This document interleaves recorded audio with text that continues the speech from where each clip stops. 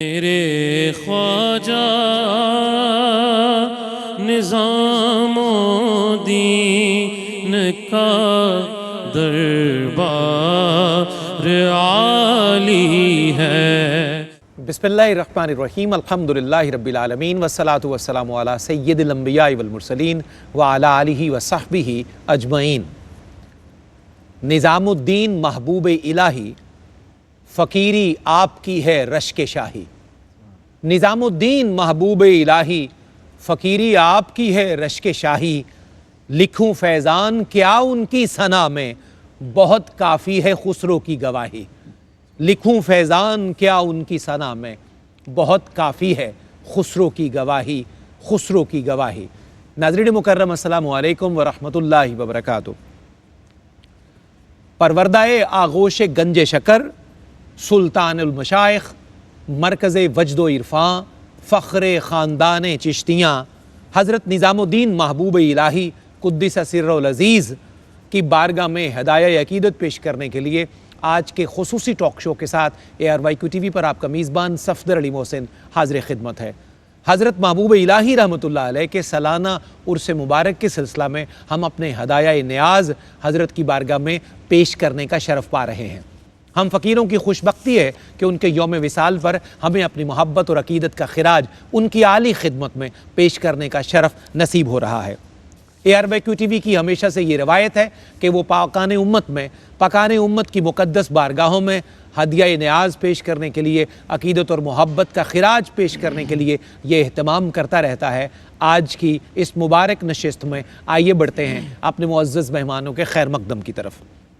میرے ساتھ تشریف فرما ہیں گیرین یونیورسٹی لاہور سے ایک بڑی ذی وقار شخصیت، اکثر پروگرامز میں ہمیں شرف یاب فرماتے ہیں، بڑی خوبصورتی سے اپنے حصے کا کام اپنے ناظرین تک اور اپنی آڈینس تک پہنچاتے ہیں۔ میری مراد محترم ڈاکٹر عرفان اللہ سیفی صاحب سے ہے۔ السلام علیکم۔ وعلیکم السلام ڈاکٹر صاحب خوش آمدید۔ بہت شکریہ۔ اور بزم محبوب الہی میں آپ کا خیر مقدم۔ بہت شکریہ۔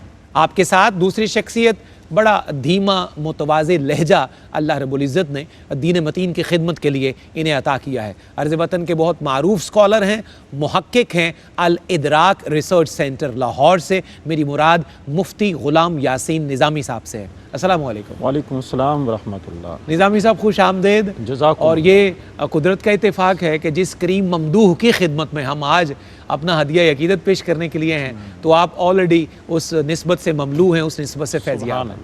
آپ کا بھی خیر مقدم۔ اور میرے تیسرے مہمان، عرض وطن کے عالمی شہرت کے حامل ثنا خوان رسول، اللہ رب العزت نے اپنے کریم محبوب علیہ السلام کے ذکر خیر کے صدقے انہیں بڑی عزتوں سے نوازا ہے۔ پارلیمنٹ آف پاکستان بالخصوص قومی اسمبلی میں اکثر و بیشتر نعت شریف پڑھنے کی سعادت پاتے ہیں، وہاں اللہ رب العزت کے محبوب کا ذکر خیر کرتے رہتے ہیں۔ ڈسکا سے ہمارے مہمان ثنا خوان رسول محترم محمد نعمان غوری۔ السلام علیکم۔ وعلیکم السلام ورحمۃ اللہ۔ نعمان بھائی خوش آمدید۔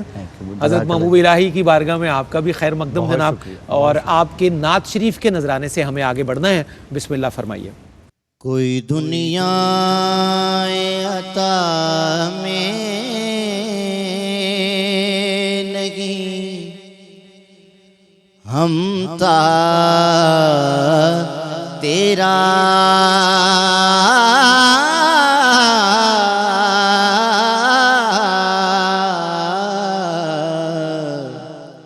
وہ جو حاتم کو میسر یہ نظارہ تیرا، کہ اٹھے دیکھ کے بخشش میں یہ رتبہ،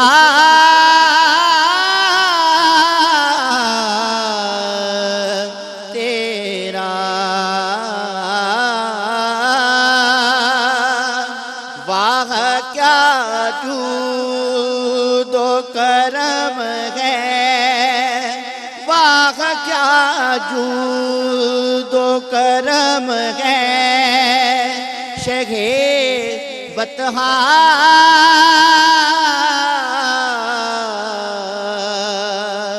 تیرا، نہیں سنتا ہی نہیں مانگنے والا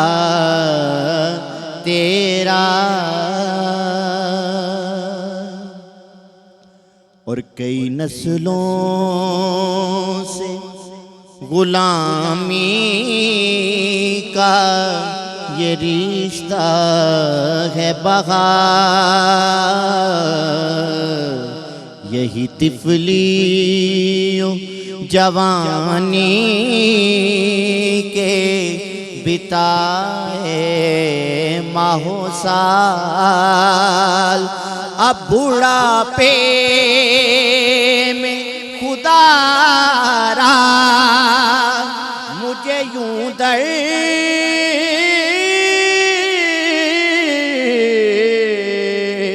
سے نہ ٹال، تیرے ٹکڑوں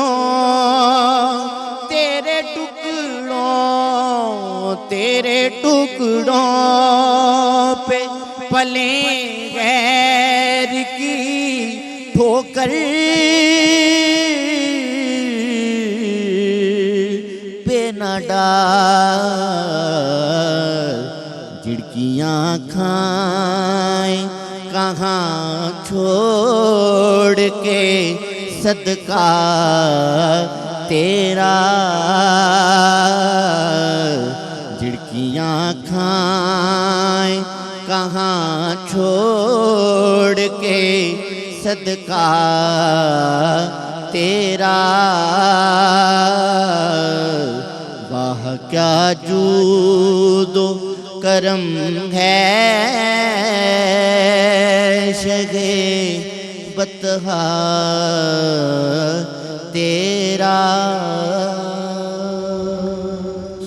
سبحان اللہ سبحان اللہ۔ نعمان بھائی بہت خوبصورت نذرانہ عقیدت کلام آپ نے سماعت فرمایا، کلام اعلیٰ حضرت عظیم البرکت امام احمد رضا خان علیہ رحمہ، اور تضمین ہے نصیر ملت پیر سید نصیر الدین نصیر رحمۃ اللہ علیہ کی۔ اللہ کریم دونوں بزرگوں کے مدارج میں اور ان کے مراتب میں اور بلندیاں نصیب فرمائیے۔ آئیے آج کے اس ٹاک شو میں جو حضرت خواجہ نظام الدین اولیاء رحمۃ اللہ علیہ کی ذات ستودہ صفات کے بارے میں حقیقتاً آگہی کا ایک پروگرام ہے، اس کا آغاز کرتے ہیں۔ پہلا ایپیسوڈ آلریڈی آپ ملاحظہ کر چکے، آج کے دوسرے ایپیسوڈ میں دوسری نشست میں آپ کا خیر مقدم ہے۔ گفتگو کا آغاز کرتے ہیں جناب ڈاکٹر عرفان اللہ سیفی صاحب سے۔ ڈاکٹر صاحب قبلہ، ترتیب وار آج ہماری یہ دوسری نشست ہے اور بزم محبوب الہی میں دوسری حاضری ہے۔ ہم آج کی نشست میں ابتداً آپ سے سمجھنا چاہیں گے کہ جو اولیاء اللہ ہیں، اللہ کے کریم بندے، ان کا جو تعلق باللہ ہے، ہمیں اس کو سمجھنے کی ضرورت ہے کہ ان کا اللہ سے تعلق کتنا مضبوط ہے، کتنا اچھا ہے اور کتنا خوبصورت ہے، تاکہ ہم اس کے تتبع میں اپنی زندگی میں تبدیلی لا سکیں۔ جی بہت شکریہ، جزاکم اللہ خیرہ۔ اور اس خوبصورت پروگرام میں حاضری پر اللہ تعالیٰ کا شکر گزار ہوں کہ اللہ تعالیٰ نے اپنے نیک بندوں کی یاد میں بیٹھنے کی توفیق عطا فرمائی۔ الحمدللہ۔ اللہ کے نیک بندے، اولیاء اللہ، یہ وہ خوش نصیب ہستیاں ہیں جو اللہ کے کرم کی چادر کے نیچے ہوتے ہیں۔ سبحان اللہ۔ اور اللہ تبارک و تعالی ہمیشہ ان پر اپنی نظر کرم فرمائے رکھتا ہے۔ اولیاء کرام اللہ تبارک و تعالی، ہم کہتے ہیں کہ یہ اللہ کے ولی ہیں، اور جب ایک مرحلہ آتا ہے تو اللہ فرماتا ہے کہ یہ میرے ولی ہیں اور میں ان کا ولی ہوں۔ کیا کہنے ہیں۔ قرآن مجید میں فرمایا گیا نا، الا ان اولیاء اللہ، اللہ کے ولی لا خوف علیہم ان پر۔ قرآن مجید کے اندر ہی ایک اور جگہ فرمایا نحن اولیاؤکم فی الحیات الدنیا و فی الآخرہ، اللہ اکبر، ہم یہاں بھی ان کے ولی ہیں اور آخرت میں بھی ان کے ولی ہوں۔ ہائے ہائے سبحان اللہ۔ تو اس سے ہمیں یہ سمجھ آتی ہے کہ یہ جو تعلق ہے یہ دو طرفہ تعلق ہے، جو تعلق باللہ اولیاء کرام کا ہے۔ صفدر بھائی، اس کا آغاز جو ہوتا ہے وہ ایمان اور تقوی سے ہوتا ہے، جو عام کیفیت ہے کہ آدمی جب ایمان لاتا ہے اور تقوی اختیار کرتا ہے۔ الذین آمنوا وکانوا یتقون، درست، ایمان لے آئے، تقوی اختیار کیا۔ اب اس سے جو اگلے مرحلے مزید تعلق میں مزید مضبوطی پیدا کرتے ہیں، وہ جتنی محبت بڑھتی جاتی ہے اتنی چاشنی بڑھتی چلی جاتی ہے۔ فرمایا والذین آمنوا اشد حبا للہ، ایمان والے وہ ہیں، ایمان آ گیا، تقوی آ گیا، اب اس ایمان والے جو ہیں اس محبت میں مزید آگے بڑھتے چلے جاتے ہیں اور اشد حبا للہ کے مقام پہ پہنچتے ہیں۔ جب اس مقام پہ پہنچتے ہیں تو اللہ تبارک و تعالیٰ کی دید ہوتی ہے، تو پھر اللہ تعالیٰ مزید کرم فرماتا ہے۔ پھر اس سے آگے بڑھتے ہیں تو اللہ تبارک و تعالیٰ کے ذکر میں مصروف ہوتے ہیں، اور پھر وہ ذکر کیسا ہے، پھر باقی محبتیں پیچھے رہ جاتی ہیں، باقی چیزیں ختم ہو جاتی ہیں، اور وہ الذین یذکرون اللہ قیاما وقعودا وعلی جنوبہم، پھر وہ کھڑے اللہ کو یاد کرتے ہیں، بیٹھے اللہ کو یاد کرتے ہیں، لیٹے اللہ کو یاد کرتے ہیں، اللہ کی محبت میں اس طرح غرق ہو جاتے ہیں، اور پھر ان کی جو لوگوں سے محبت ہوتی ہے یا لوگوں سے نفرت ہوتی ہے اس کا بھی مرکز اور منبع اللہ کی ذات بن جاتی ہے۔ صحیح۔ الحب للہ والبغض فی اللہ، ہائے پھر اس کا مظہر عتم بن جاتے ہیں، اور اگر کسی کے ساتھ ان کو محبت ہے تو اس کا مقصد بھی اللہ کی رضا ہے، اور اگر کسی کے ساتھ محبت نہیں ہے یا اللہ تبارک و تعالی کے کسی بھی بندے کے ساتھ وہ دوسرا تعلق ہے تو وہ بھی البغض فی اللہ کا مظہر عتم بنتے۔ اور پھر جب اس سے آگے بڑھتے ہیں تو پھر اللہ کی مخلوق جو اللہ تبارک و تعالیٰ کی مزید محبت عطا کرتی ہے، فرمایا الخلق و عیال اللہ، مخلوق اللہ کا کنبہ ہے، اور اللہ کو سب سے محبوب بندہ وہ ہے جو اللہ کی مخلوق سے محبت کرتا ہے۔ یعنی یہ ساری محبتیں اکٹھی ہوتی ہیں یہ ادھر سے، یعنی بندے کی طرف سے یہ تعلق ہے، اور پھر ادھر اللہ کی طرف سے کیا جی، اللہ تبارک و تعالیٰ فرماتا ہے کہ بندے اب تو اس مقام پہ آ گیا ہے، اب میری طرف سے سن میں تجھے کیا کرم فرماتا ہوں۔ فرمایا کہ میں تیرا مددگار ہوں، اور پھر ایسا مددگار ہوں کہ اب اس پر مہر لگا دی ہے، لا تبدیل لکلمات اللہ، اب یہ ایسی مہر ہے کہ اس میں کوئی تبدیلی نہیں اللہ کا ہوگی۔ کلمہ تبدیل نہیں۔ یہ تعلق اللہ تبارک و تعالیٰ اپنے بندے کو بیان فرما رہا ہے، اور پھر فرمایا تم نے میرا ذکر کیا، فاذکرونی اذکرکم، تم مجھے یاد کرتے رہے اب میں تمہارے چرچے کروں گا۔ یہ تعلق کی ایک جہت یہ ہے۔ پھر اسی تعلق کے اندر جو بندہ اپنی محبت اللہ کی خدمت میں پیش کرتا ہے، اللہ تبارک و تعالیٰ اس بندے کی محبت مخلوق کے دل میں ڈال دیتا ہے۔ کیا کہنا، ان الذین آمنوا وعملوا الصالحات سیجعل لهم الرحمن ودا، اللہ تعالیٰ اس بندے کی محبت بندوں کے دلوں میں ڈال دیتا ہے، پھر بندے محبت کرتے ہیں۔ پھر ایک کیفیت اور ایک مقام یہ آتا ہے، اللہ تعالیٰ فرماتا ہے کہ اب میرے بندے کو تم اگر میرے بندے کو جاننا چاہتے ہو، میرے ولی کو دیکھنا چاہتے ہو، تو اس شخص کو دیکھو جس کو دیکھ کر تمہیں اللہ یاد آ جائے۔ بھئی سبحان اللہ، اذا رأوا ذکر اللہ، ماشاء اس اللہ، کو دیکھ کے اللہ یاد آ جائے تو سمجھ لو کہ یہ میرا ولی ہے۔ اور اللہ تعالیٰ اپنے جو کمالات ہیں اس بندے کے اندر جمع فرما دیتا ہے۔ پھر اللہ فرماتا ہے میں اس کے ہاتھ بن جاتا ہوں جس سے وہ پکڑتا ہے، پھر میں اس کی آنکھیں بن جاتا ہوں جس سے وہ دیکھتا ہے، میں اس کے کان بن جاتا ہوں جس سے سنتا ہے۔ یعنی وہ بندہ اب اللہ تبارک و تعالیٰ کے کمالات کا مظہر عتم بن جاتا ہے۔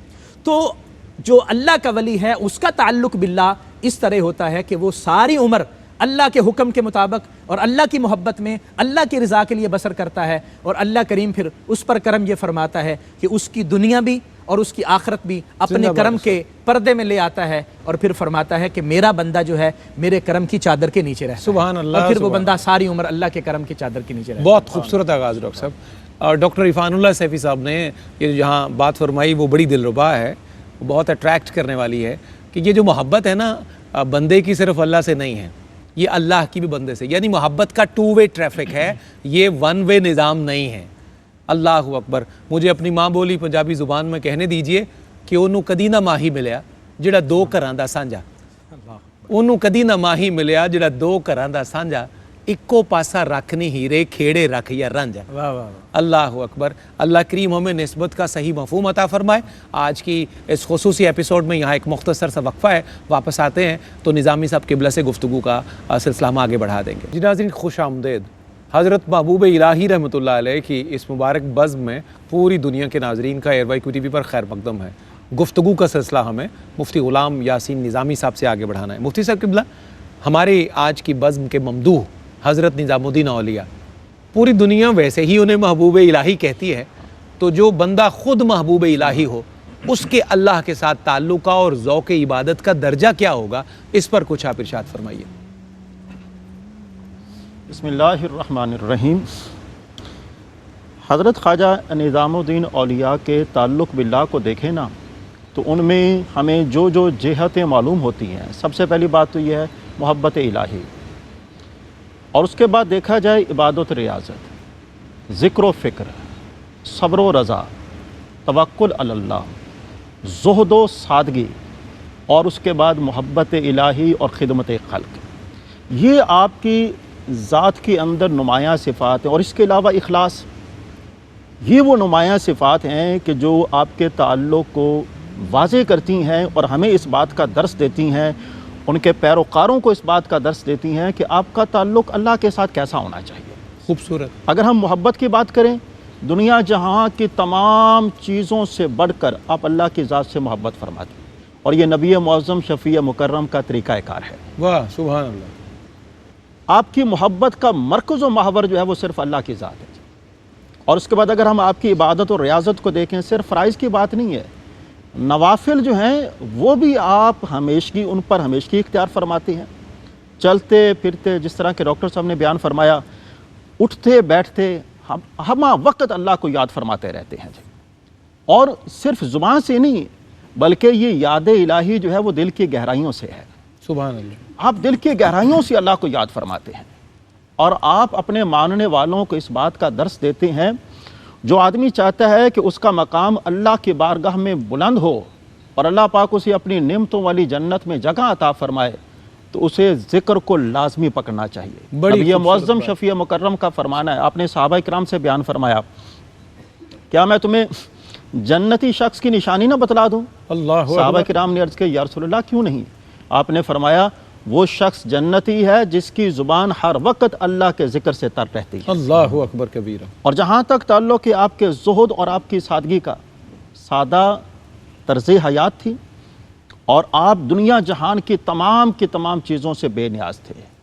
اگر توجہ تھی تو وہ صرف اور صرف اللہ کی ذات پر تھی، اور سادگی، عام لوگوں کے ساتھ بیٹھا کرتے تھے، کوئی بادشاہانہ زندگی نہیں تھی، فقیرانہ زندگی تھی، فقر کو آپ پسند فرماتے ہیں، لوگوں کے ساتھ بیٹھنا، غریب غربا کو بیٹھنا۔ میں یہاں پہ یہ بات عرض کرنا چاہوں گا، بلا امتیاز مسلک، بلا امتیاز مذہب، اللہ اکبر۔ کوئی بھی آ گیا ہے آپ اس کے ساتھ بیٹھ کر کھانا کھا لیتے تھے۔ کھانا آپ نے کبھی نہیں پوچھا کہ بھئی آپ کس مذہب سے تعلق رکھتے ہیں، آپ کا دروازہ لوگوں کے لیے کھلا ہے۔ آپ فرماتے ہیں کہ دیکھو، اگر تم چاہتے ہو تمہارے دل کو اللہ پاک سکون کی دولت نصیب فرمائے، تو سکون کی دولت کو حاصل کرنے کا طریقہ یہ ہے کہ بھوکوں کو کھانا کھلایا کرو۔ اللہ۔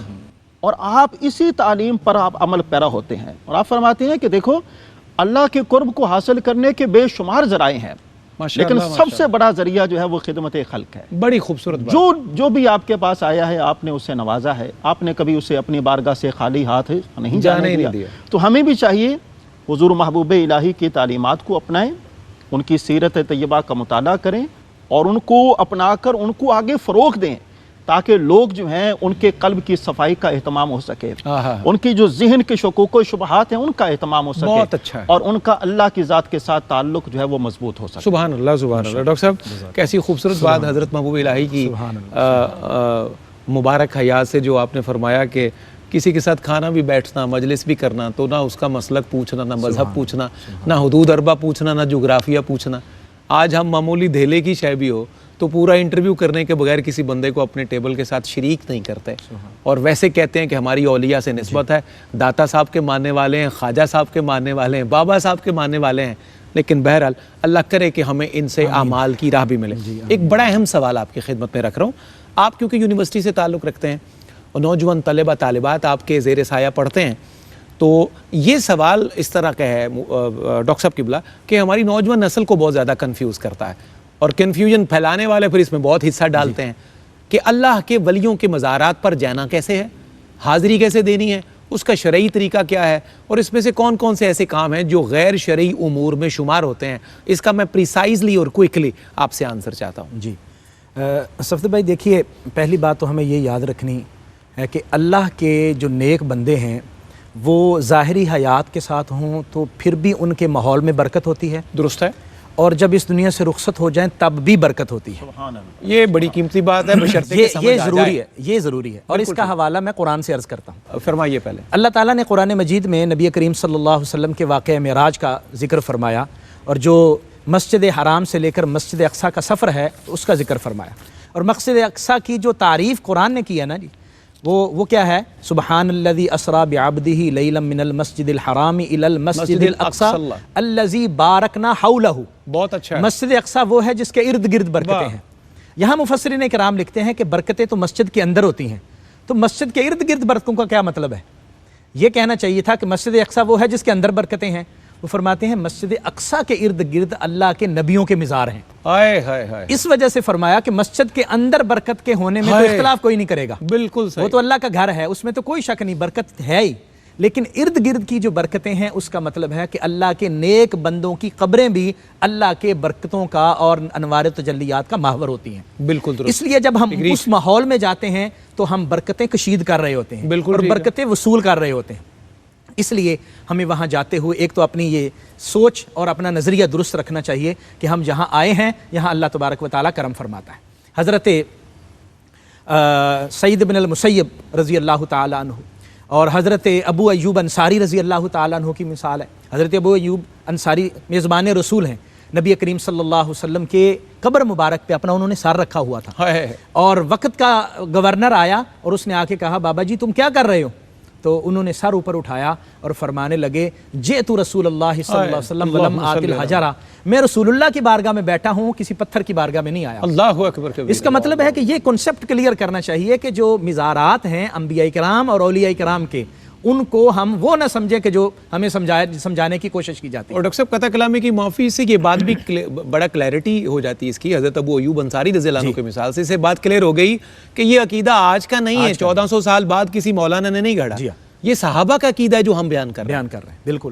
تو اور یہ شروع سے طریقہ چلتا آ رہا ہے۔ حضرت امام شافعی رحمۃ اللہ علیہ ایک فقہ امام ہیں، اور وہ فرماتے ہیں باقاعدہ طور پر کتابوں میں موجود ہے کہ میں امام اعظم ابو حنیفہ کے مزار پہ حاضر ہوتا ہوں۔ ماشاءاللہ۔ مجھے جب بھی کوئی مسئلہ آتا ہے امام اعظم ابو حنیفہ کے مزار پہ حاضر ہوتا ہوں، 2 رکعت نفل پڑھتا ہوں، ان کو ایصال ثواب کرتا ہوں، ان کے وسیلے سے اللہ کی بارگاہ میں دعا مانگتا ہوں، اللہ تعالیٰ میری مشکل کو دور فرما دیتا ہے۔ یعنی یہ بڑا آسان اچھا سلیس طریقہ بیان، میں صحابی کی مثال دی ہے اور پھر امام فقہ کی مثال دی ہے، بہت اچھا۔ اور اسی طرح آپ اولیاء کرام کا طرز عمل دیکھتے رہیں۔ اولیاء کرام ہمیشہ بزرگوں کے مزار پر حاضر ہوتے ہیں اور حاضر ہو کر ان کے وسیلے سے اللہ کی بارگاہ میں دعا مانگتے ہیں۔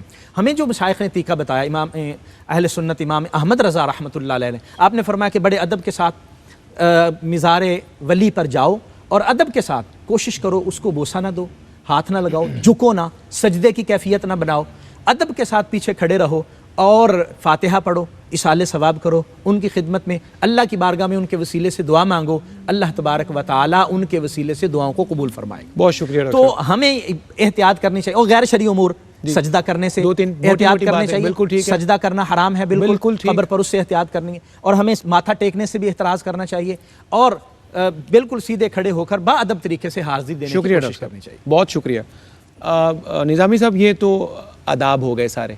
اب ایک سوال اور بڑا اہم ہے کہ وہاں جانے کے مقاصد کیا کیا ہوں آپ کے ذہن میں، کیونکہ ظاہر ہے جب آپ کی سوچ اور اپروچ سیدھی ہو جائے گی پھر رستہ آسان ہو جائے گا۔ اولیاء کے مزارات پر جانے کے جو مقاصد ہیں اس میں سے موٹی موٹی چند باتیں آپ ہمیں ارشاد فرمائیں۔ میرے خیال میں ڈاکٹر صاحب نے آداب اور مقاصد جو ہیں بڑے خوبصورت بیان فرمائے ہیں۔ درست ہے۔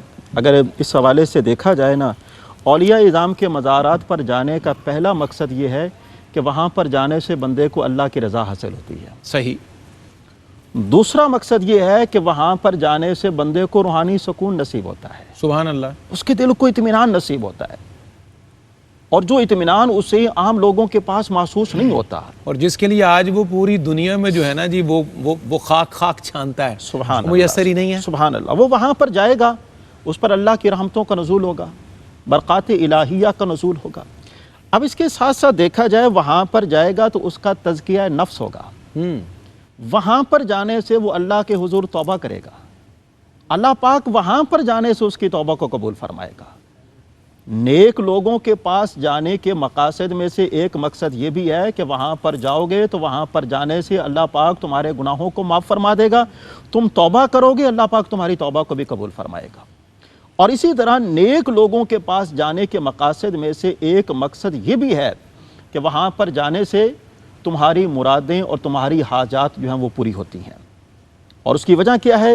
اللہ کے نیک لوگ ہیں، اور جب آپ اللہ کے نیک بندوں کے پاس جاتے ہیں تو وہاں پر جا کر آپ اللہ کی بارگاہ میں دعا مانگتے ہیں، اللہ پاک ان نیک لوگوں کی برکات سے آپ کی دعاؤں کو قبول فرماتا ہے، کیونکہ یہ نیک لوگ جو ہیں یہ کوئی ہمیں جس دین کی تعلیم دے رہے ہیں، اور ان لوگوں کی زندگی کا مقصد یہی ہے، لوگوں کا تعلق اللہ کے ساتھ مضبوط بنانا اور اللہ کے رسول کے ساتھ مضبوط بنانا۔ اب جن لوگوں نے لوگوں کا تعلق اللہ کے ساتھ مضبوط بنایا ہے اور اس کے پیارے رسول کے ساتھ مضبوط بنایا ہے، انہوں پر اللہ کا خاص فضل ہے، خاص کرم ہے، اور ان پر نبی معظم شفیع مکرم کی نظر عنایت و نظر رحمت ہے۔ تو ظاہر سی بات ہے جو ان کے دامن سے وابستہ ہو جاتے ہیں اللہ پاک انہیں فیض یافتہ جو ہے وہ بھی بنا دیتا ہے، اور دونوں جہانوں میں اسے کامیاب اور کامران بھی فرما دیتا ہے۔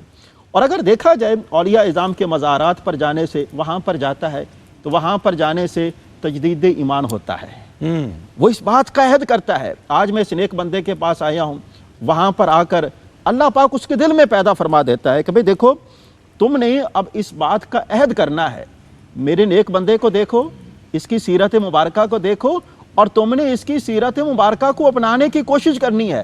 اگر تم چاہتے ہو کہ میرا قرب حاصل ہو تو میرا قرب حاصل کرنے کا طریقہ یہ ہے کہ جس کی بارگاہ میں تم آ کر مجھ سے مانگ رہے ہو, اگر تم اسی کے طریقہ کار پر عمل کرو گے تو پھر میری کرم نوازی کا عالم کیا ہوگا.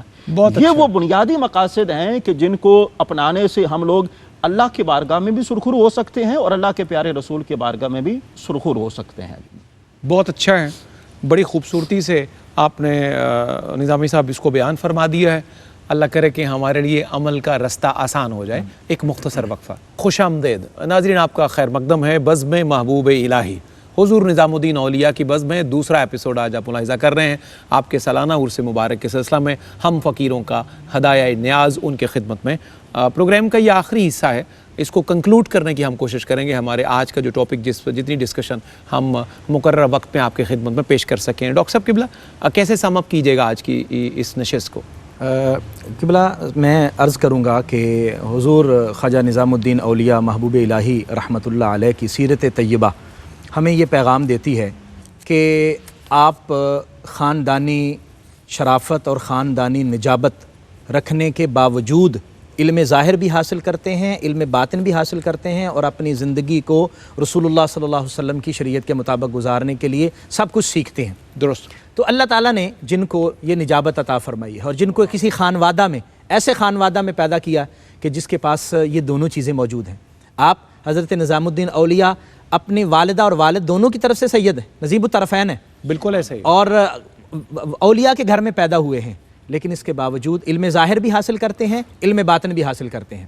تو میں جو سجادگان ہیں خاص طور پر ان سے میں عرض کروں گا کہ آپ علم ظاہر اور علم باطن کی طرف آئیں, اور اولیاء کرام کے ساتھ ہماری نسبت ہے تو ہم اس نسبت کو سلامت رکھنے کے لیے ان کے اس مشن کے ساتھ آگے بڑھیں جو انہوں نے ہمارے سامنے پیش کیا. حضرت خواجہ نظام الدین اولیاء رحمۃ اللہ علیہ نے حضرت بابا فرید گنج شکر رحمۃ اللہ علیہ کی بارگاہ میں زانو تلمس طے کی.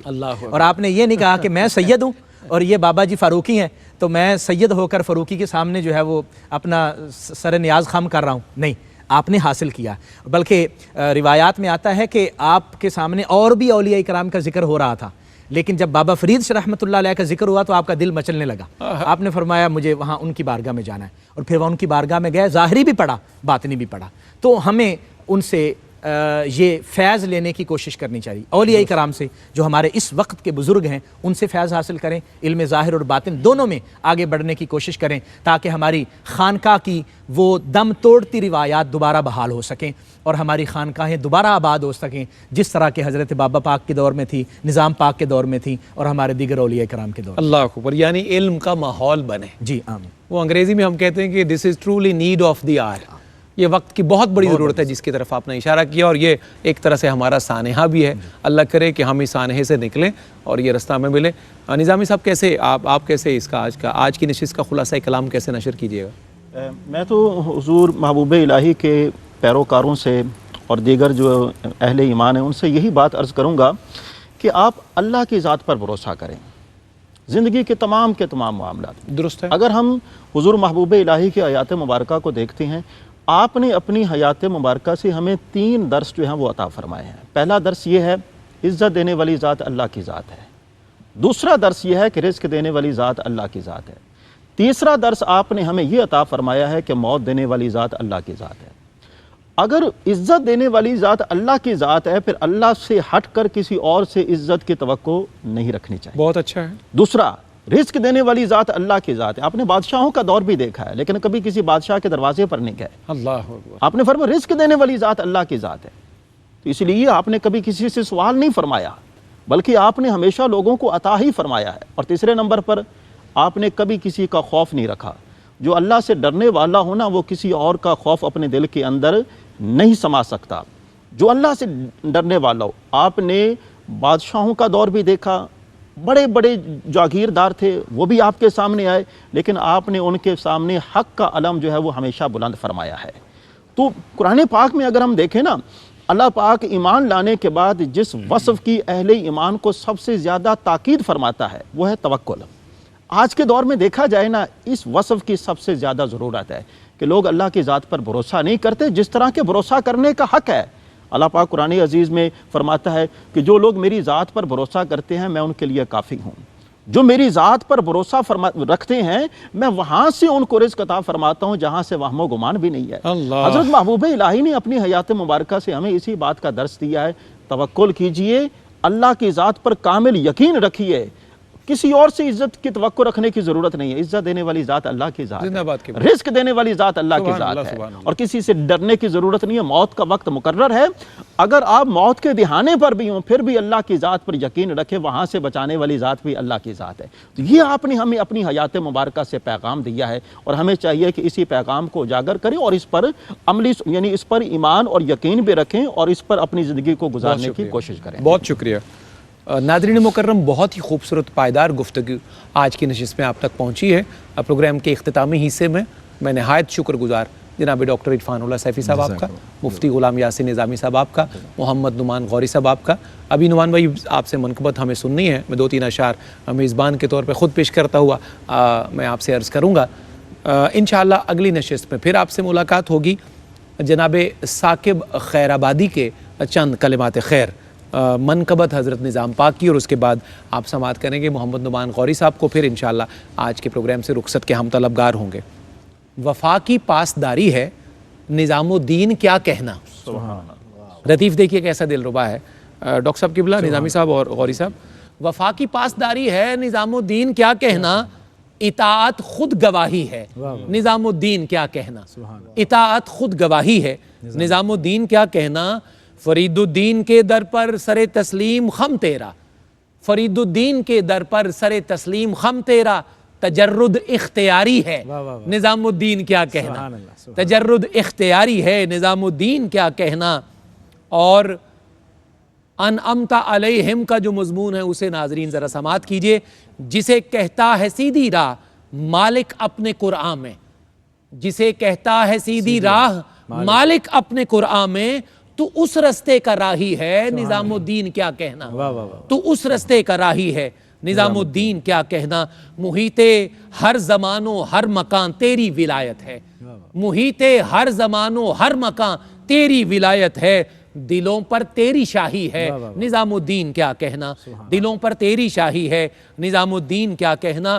جہاں سے بھی پکارا آ گئی امداد بے کھٹکے، جہاں سے بھی پکارا آ گئی امداد بے کھٹکے، عجب عالم پناہی ہے نظام الدین کیا کہنا، عجب عالم پناہی ہے نظام الدین کیا کہنا۔ اور آخری شعر ہے اور بالخصوص علماء کی نظر ہے، فقیہ صف شکن بہا سے دوراں فی سبیل اللہ، یہ حضرت نظام پاک کی جوانی کے حوال ہیں، سنیے، فقیہ صف شکن بہا سے دوراں فی سبیل اللہ، ابھی تو نوجوانی ہے نظام الدین کیا کہنا، اللہ اکبر، ابھی تو نوجوانی ہے نظام الدین کیا کہنا، نظام الدین کیا کہنا، وفا کی پاسداری ہے نظام الدین کیا کہنا۔ اللہ کریم ہمارے تمام کلمات نظام پاک کی بارگاہ میں قبول فرمائے، وہ پسند فرمائے، ہمیں اپنی بارگاہ سے بھی خیرات عطا فرمائے۔ آخر میں منقبت سنتے ہیں محمد نعمان غوری صاحب سے بحضور محبوب الہی۔ موہے اپنے ہی رنگ میں رنگ دے نجام، موہے اپنے ہی رنگ میں رنگ دے نجام، تو ہے صاحب مورا محبوب الہ، موہے اپنے ہی رنگ میں رنگ لے نجام، رنگ کی رنگائی جو تو مانگے، رنگ کی رنگائی جو تو مانگے، مورا جو بن گروی رکھ لے نجام، مورا جو بن گروی رکھ لے نظام تو ہے صاحب مورا محبوب الہ موہے اپنے ہی رنگ میں رنگ لے نظام موری چنریا پی کی پگڑیا موری چنریا پی کی پگڑیا وہ تو بسنتی رنگ دے نظام موہے دونوں بسنتی رنگ دے نظام موہے دونوں بسنتی رنگ دے نظام تو ہے صاحب مورا محبوب الہ موہے اپنے ہی رنگ میں رنگ لے نظام نظام الدین اولیاء تو پیر میرا نظام الدین اولیاء تو پیر میرا موری لاج شرم سب رکھ لے نظام موری لاج شرم سب رکھ لے نظام تو ہے صاحب مورا محبوب الہ موہے اپنے ہی رنگ میں رنگ لے نظام موہے اپنے ہی رنگ میں رنگ لے نظام